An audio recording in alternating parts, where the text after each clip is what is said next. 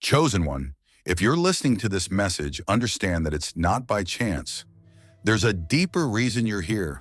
Life has been sending you signals, and now it's time to pause and truly listen. You've been searching, praying, and waiting for breakthroughs. But something essential needs to change before you can receive what you've been asking for. It's not just about the actions you take, it's about your mindset, how you use your energy, and the choices you make every day. You may be holding on to habits or distractions that are quietly taking you further away from your higher purpose. And God, the higher intelligence, the universal wisdom, however you choose to name it, knows this. That's why this message comes now. You are being called to stop, reflect, and redirect. Most people sense a quiet whisper within, a nudge that tells them they're meant for something more. You've likely felt it too. But the distractions of everyday life often muffle this call. Temporary comforts, social validation, or personal doubts create noise that drowns out the deeper truth. You have a purpose, and it's time to return to it. When you ignore this inner calling, you delay not only your own progress, but also the positive impact you're meant to have on others. Your presence, talents, and energy matter. God has already placed within you everything you need to succeed, but He also needs your full attention. Redirecting your life toward your purpose doesn't mean abandoning everything you enjoy. It means evaluating where your time, thoughts, and energy are going, and whether they align with what truly matters. Energy isn't just a concept for scientists or mystics. It's real, and how you use it shapes your life. Every day you are given a limited supply of energy, mental, emotional, and spiritual. And how you choose to invest it determines your future. If you constantly pour your energy into things that distract, drain, or divide your focus, then naturally you'll feel disconnected or stuck. But when you start investing that same energy into practices that uplift and align with your deeper calling, such as spiritual study, mindfulness, or creative expression, you create momentum that transforms your reality. This is not just a theory. It's a pattern seen in all areas of life. Growth follows direction, discipline fuels change, and clarity comes when distractions are set aside. One area often misunderstood, especially in modern culture, is sexual energy. This is not just a physical urge. In many traditions, sexual energy is considered a powerful force, one that, when properly directed, can become a source of creativity, clarity, and spiritual awakening. Misusing or scattering this energy can leave you feeling depleted, confused, or disconnected. But learning to honor and redirect it allows you to move beyond the temporary and into a state of deeper alignment. This does not mean suppressing desire or denying your humanity. It means recognizing the sacredness of your energy and choosing how to express and use it in ways that support your growth and purpose. Celibacy, for example, isn't just about abstaining from intimacy. It can be a conscious path of focusing your energy inward, reconnecting with your essence, and amplifying your connection to the divine. Often seen as restriction, discipline is, in fact, the foundation of freedom. When you develop discipline over your thoughts, behaviors, and emotional responses, you gain the ability to move through life with intention instead of reaction. Discipline helps you say no to the things that drain you, so you can say yes to what truly matters. It sharpens your awareness, strengthens your resolve, and builds the spiritual stamina needed to fulfill your unique mission. You've likely felt it before, the quiet sense that you're wasting time or being pulled off track. That sense is your higher self asking for order, for realignment, for you to focus your energy where it belongs. Everyone faces challenges, emotional, financial, or relational. But what if you knew that these experiences could be transformed into powerful fuel for growth? That's where the concept of transmutation comes in. Transmuting energy means taking something difficult, like anger, fear, or temptation, and consciously shifting it into something constructive, like passion, purpose, or clarity. For example, the frustration of a failed goal can be transmuted into a deeper motivation to improve. The pain of rejection can become the foundation of inner strength. Even negative patterns, when acknowledged, can be reworked into purposeful action. This is how transformation happens, not by avoiding life's difficult parts, but by redirecting your response to them. God has given you this ability. You just need to use it. In a world full of constant stimulation, it's easy to become distracted from what matters. Social media, news cycles, endless entertainment, they're not inherently bad, but when they consume your focus, they leave little room for spiritual depth. Redirecting your focus means consciously deciding what you'll allow into your mind and space. Are your thoughts supporting your growth? Are your routines helping or hindering your alignment with your purpose?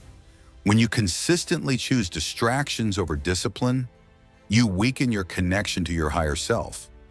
But when you choose silence, stillness, or reflection instead, you give space for divine insight to emerge.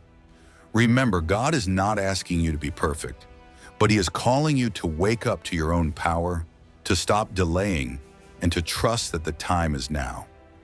One of the most underestimated barriers to purpose is procrastination. It's not always about laziness. It's often rooted in fear, self-doubt, or the belief that you're not ready. But here's the truth. The perfect moment doesn't exist. Waiting until you're more prepared or until circumstances are just right can delay your transformation for years. God has already equipped you with what you need to take the next step. What's missing isn't ability, it's action. Each step you take, no matter how small, sends a signal to the universe that you are ready. And as soon as you move forward, new insights, opportunities, and people begin to align with your path. Avoiding action may feel safe, but it only creates stagnation. Movement creates clarity. Start where you are, with what you have. You'll be surprised how far faith in action can take you. Another common trap is the search for approval from others. While it's natural to want to be understood and supported, constantly seeking validation from outside yourself will only lead to dependence. Your worth, your value, and your calling are not up for debate. They're not determined by likes, comments, praise, or acceptance. They're rooted in your divine identity, something no one else has the authority to define. When you stop chasing approval, you reclaim your energy and confidence. You begin living for truth, not popularity, and you align your actions with a deeper intention that no external judgment can shake. God's approval is eternal. When you live from that place of inner knowing, you no longer need the world to agree with your purpose. You become grounded in it regardless. It's difficult to move forward when you're still carrying the weight of your past. Mistakes, regrets, missed opportunities, these can all create limiting narratives that quietly convince you you're unworthy of more. But hear this. Your past is not your prison. It's a part of your story, not the whole book. Everything you've experienced, good or bad, has brought you to this very point for a reason. God doesn't hold your past against you. In fact, He's already written your future. The only thing that needs to happen now is for you to forgive yourself. Let go of shame. Release guilt. See your past as preparation, not punishment. Only then can you step into your present and future with full power.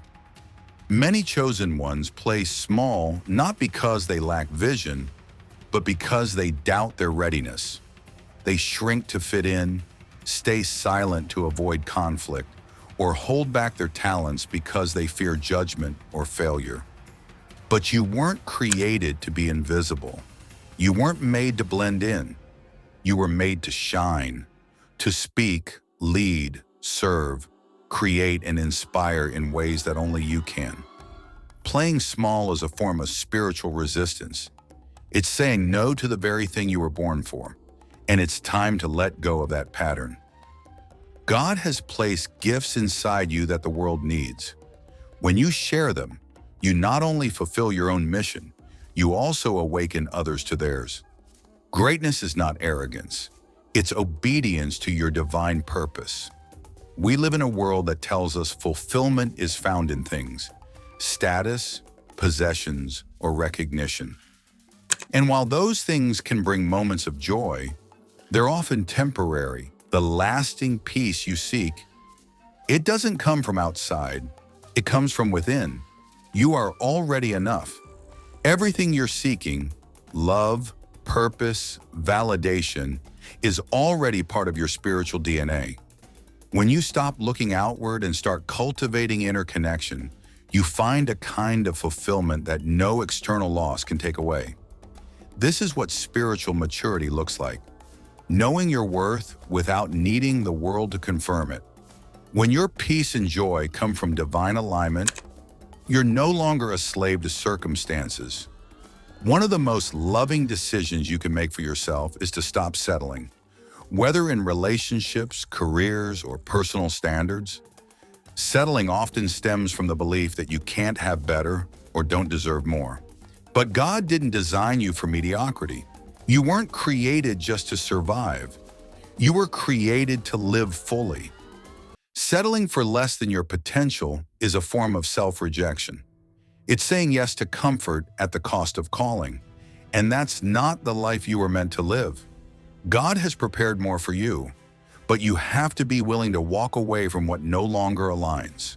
This includes toxic patterns, outdated beliefs, and anything that dims your light. Let go of what's just enough so you can receive what's truly meant for you. Everything you've read so far comes down to this core idea. Your energy is sacred. It's a resource, a force, a gift. And how you use it determines what your life becomes. Use your energy to serve your higher calling.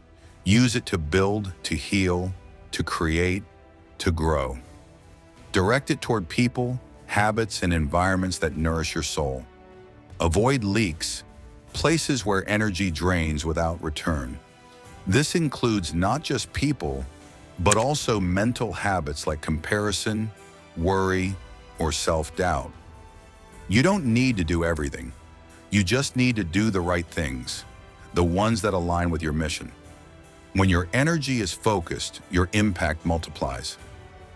Chosen one, everything you've been seeking is already in motion.